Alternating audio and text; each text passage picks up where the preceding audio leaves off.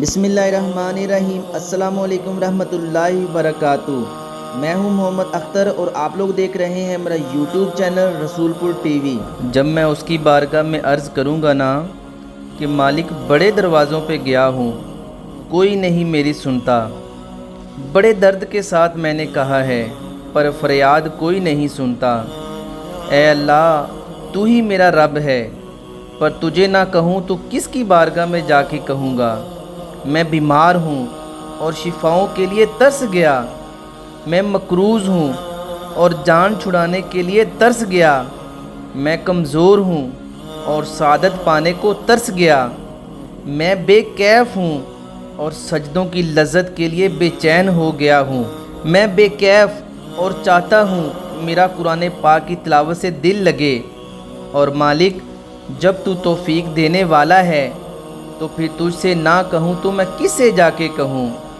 نبی پاک صلی اللہ تعالیٰ علیہ وآلہ وسلم نے فرمایا، دو آنکھیں دوزخ میں نہیں جائیں گی۔ یا رسول اللہ صلی اللہ تعالیٰ علیہ وآلہ وسلم اتنا کرم، وہ دو آنکھیں کون سی ہیں؟ فرمایا ایک وہ جو اللہ کی راہ میں رات جاگتی رہیں، کسی سرحد پر پہرا دیا، کوئی ڈیوٹی کی، کوئی خدمت کی، راہ خدا میں جو آنکھیں بیدار رہیں، راہ خدا میں دوزخ میں نہیں جائیں گی۔ اور دوسرا فرمایا کہ جو رب کی یاد میں رو پڑی، جس سے خشیت آئی، جو ڈر گیا پر ڈرا اللہ کے لیے۔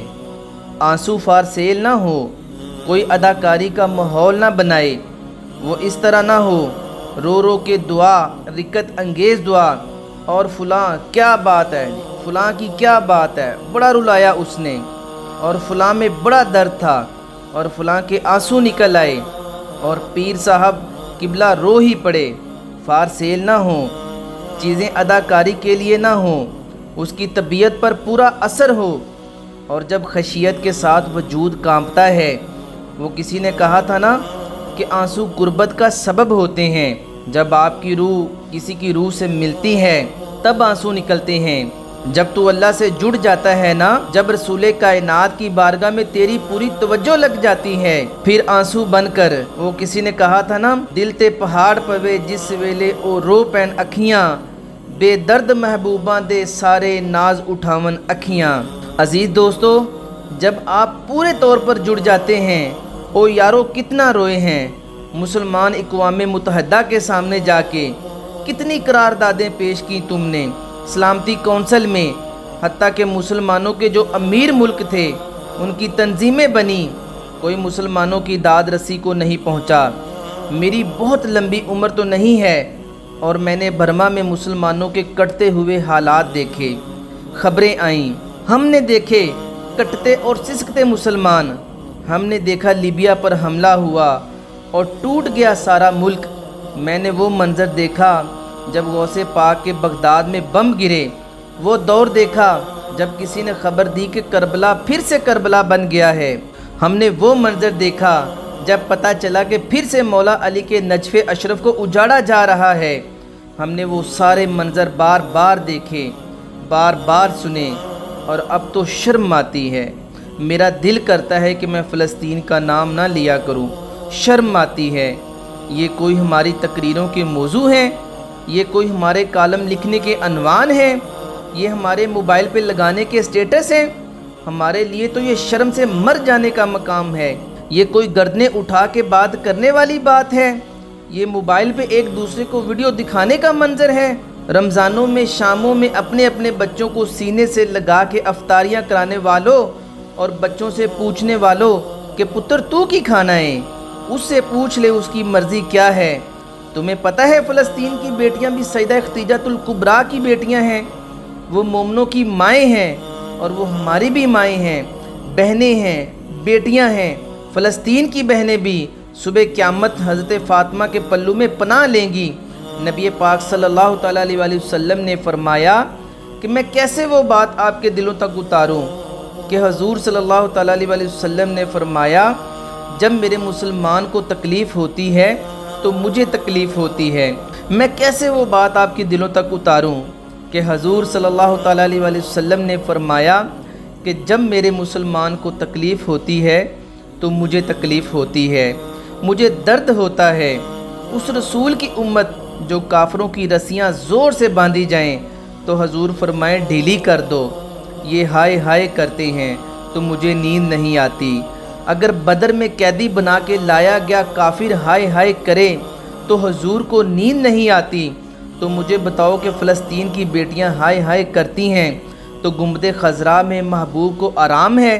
میرے عزیز، بے حسی کی زندگی، چھوٹے موٹے بیانات تو بھی کہہ دیتا کہ تھوڑا سا فلانے کا بیان نہیں آیا، کیا کرنا ہے بیان دے کے، کیا بات کرنی ہے تذکرہ کر کے۔ دوستو آؤ رو کے دیکھ لیا ساری دنیا کے سامنے، کچھ رب کے سامنے رو کے نہ دیکھ لیں، اب اسے نہ کہیں، اب حضور کی بارگاہ میں عرض کر کے نہ دیکھ لیں، نبی پاک صلی اللہ تعالیٰ علیہ وسلم سے فریاد کر کے نہ دیکھ لیں۔ اے گنبد خضرا والے، اب کعبے والوں کو ستاتے ہیں کلیسا والے، اور اگر تو نے دل مسلم کی دل جوئی نہیں کی پھر ہمیں بتوں کے پجاری کہیں گے، مسلم کا خدا کوئی نہیں۔ اب اللہ و رسول کی بارگاہ کی طرف رجوع نہ کر لیں، اب چھوڑ نہ دیں سیاستدانوں کے گلے، ہم چھوڑ نہ دیں دنیا اقوام متحدہ کی بات اور سلامتی کونسل کی بات، اب اپنے اللہ کی جانب رجوع نہ کریں۔ دیکھو نا، نبی پاک صلی اللہ تعالیٰ علیہ وسلم نے ہمیں فرمایا کہ تمہارے آنسو قدر والے ہیں، رب رسول کی بارگاہ میں بہا، ان کو ضائع نہ کرنا۔ عزیز بھائیو، یہ آنسو جو اللہ رسول کی بارگاہ کی طرف ہیں، یہ اللہ کی رحمت کو متوجہ کرتے ہیں، یہ مالک کریم کے کرم کو مائل کرتے ہیں۔ ہمارا محلہ آباد ہونا چاہیے۔ وہ مجھے ایک دوست کہنے لگے کہ بھائی دعا کریں فلسطین کے لیے۔ میں نے کہا صرف دعا کرنے سے کیا ہوتا ہے؟ کہنے لگے کہ دعا کرنے سے پہاڑ ہل جاتے ہیں اپنی جگہ سے۔ میرے نبی پاک صلی اللہ تعالیٰ علیہ وسلم رات کو دعا کریں تو صبح فاروق اعظم جیسے لوگ آ جاتے ہیں دین اسلام میں۔ نبی پاک علیہ الصلوۃ والسلام رات دعا کریں اور بدر کی رات ہو، حضور دعا کریں تو اللہ 70,000 فرشتوں کو بھیج دیتا ہے مسلمانوں کی مدد کے لیے۔ صحابہ فرماتے ہیں کہ میدان بدر میں ہم کسی کو قتل کرنا چاہتے تھے لیکن اس کی گردن پہلے سے کٹ کے گر جاتی تھی، فرشتے آئے ہوئے تھے۔ آج ہمارے ساتھ اللہ کی مدد ناراض ہو گئی ہے، ہم سے رب کی مدد ناراض ہے۔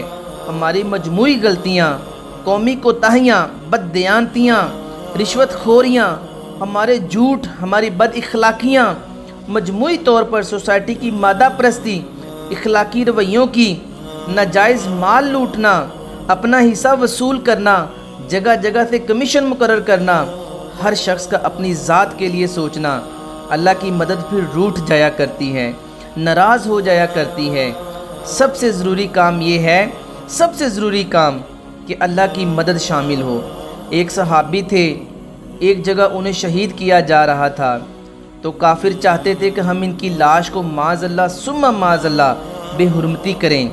انہوں نے عرض کی کہ مالک تو میرا پروردگار ہے، اے مالک میرا مددگار ہے، اس بیابان جنگل میں میری مدد کرنا۔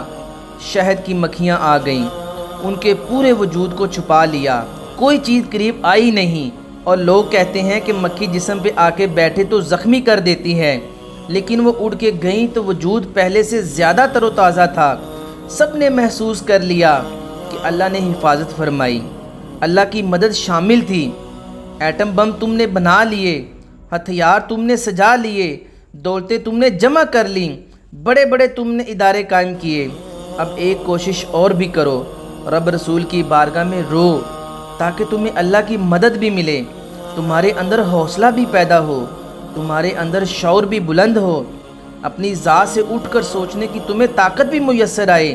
میرے عزیز بھائیو، اگر اس کی بارگاہ میں رونا آ جائے، اس کی بارگاہ میں اسے منانا آ جائے تو پھر کیفیات ہی کچھ اور ہو جاتی ہیں۔ کتنا کو روئیں بلا؟ حضور فرماتے ہیں بہت لمبا، اگرچہ تمہارا رونا مکھی کے یا مچھر کے پر کے برابر ہی کیوں نہ ہو اور تمہارے آنسو نکل گئے نا، میں اب اس سے زیادہ کیا آپ کی بارگاہ میں بات عرض کروں کہ حضور فرماتے ہیں کہ ایک مکھی اور مچھر کے پر کے برابر بھی تیری آنکھ سے آنسو نکل آیا، شرط یہ ہے کہ نکلے ریاکاری کے لیے نہیں، نکلے اللہ کی رضا کے لیے، اس کی خشیت میں نکلے۔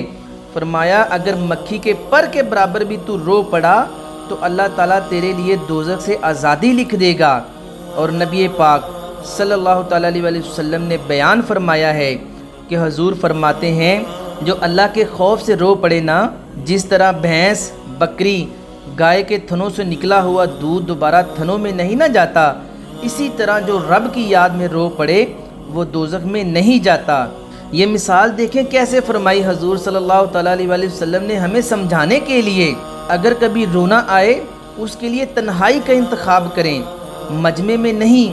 ایک بندے کو حضرت عمر رضی اللہ تعالیٰ عنہ نے مجمع میں روتا دیکھا تو فرمایا یہ کام تو اکیلے میں کرتا تو تیرے لیے برکت والا ہوتا، تیرے آنسو نکلے، تیرے رخساروں پہ بہے۔ اور شیر خدا تو شیر ہے نا، حضرت مولا علی شیر خدا فرماتے ہیں اگر تیری آنکھوں سے کبھی آنسو نکلے نا اللہ کی یاد میں، حضور کی محبت میں، تو فرمایا ان آنسوؤں کو پونجنا نہ، ان کو چہرے سے صاف نہ کرنا، یہ تو آنسو اس قابل ہیں کہ تیرے رخساروں پہ رہیں، یہ تو روشنی ہے تیرے چہرے کی، ان کو پونجنا نہ۔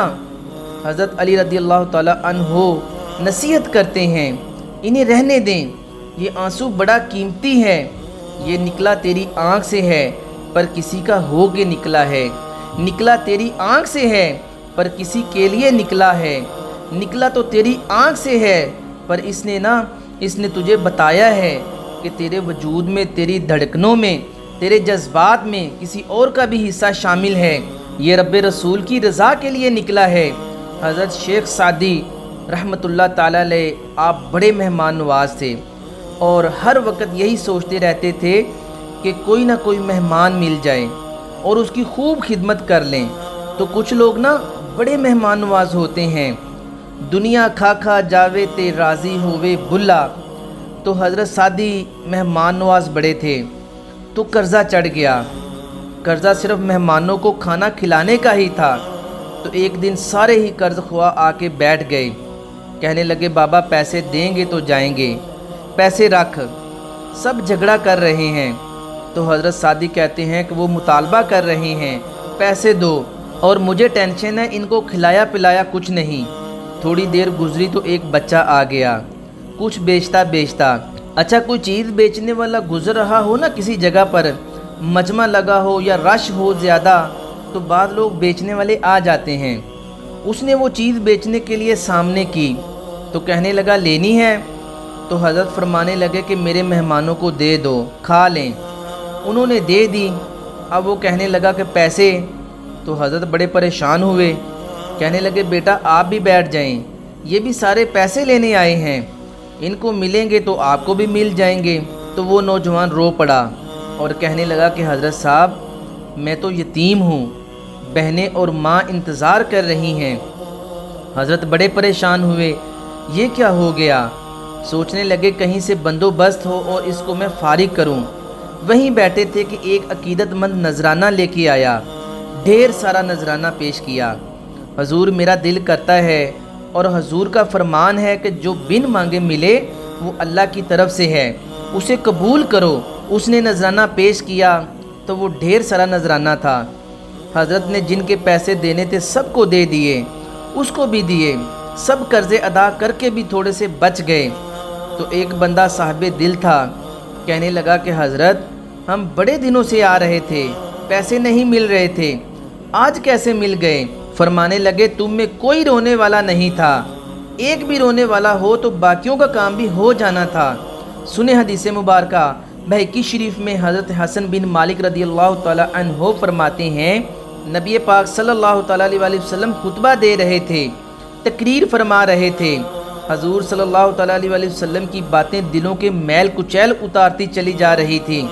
فرماتے ہیں کہ ایک شخص نبی پاک علیہ السلام کے سامنے بیٹھ کر حضور کی گفتگو سن رہے تھے، وہ رو پڑے، ساری گفتگو چھوڑ کے نبی پاک صلی اللہ تعالیٰ علیہ وسلم کی توجہ اس شخص کی طرف ہو گئی، وہ تقریر سنتے، بات سنتے بس رو پڑتے۔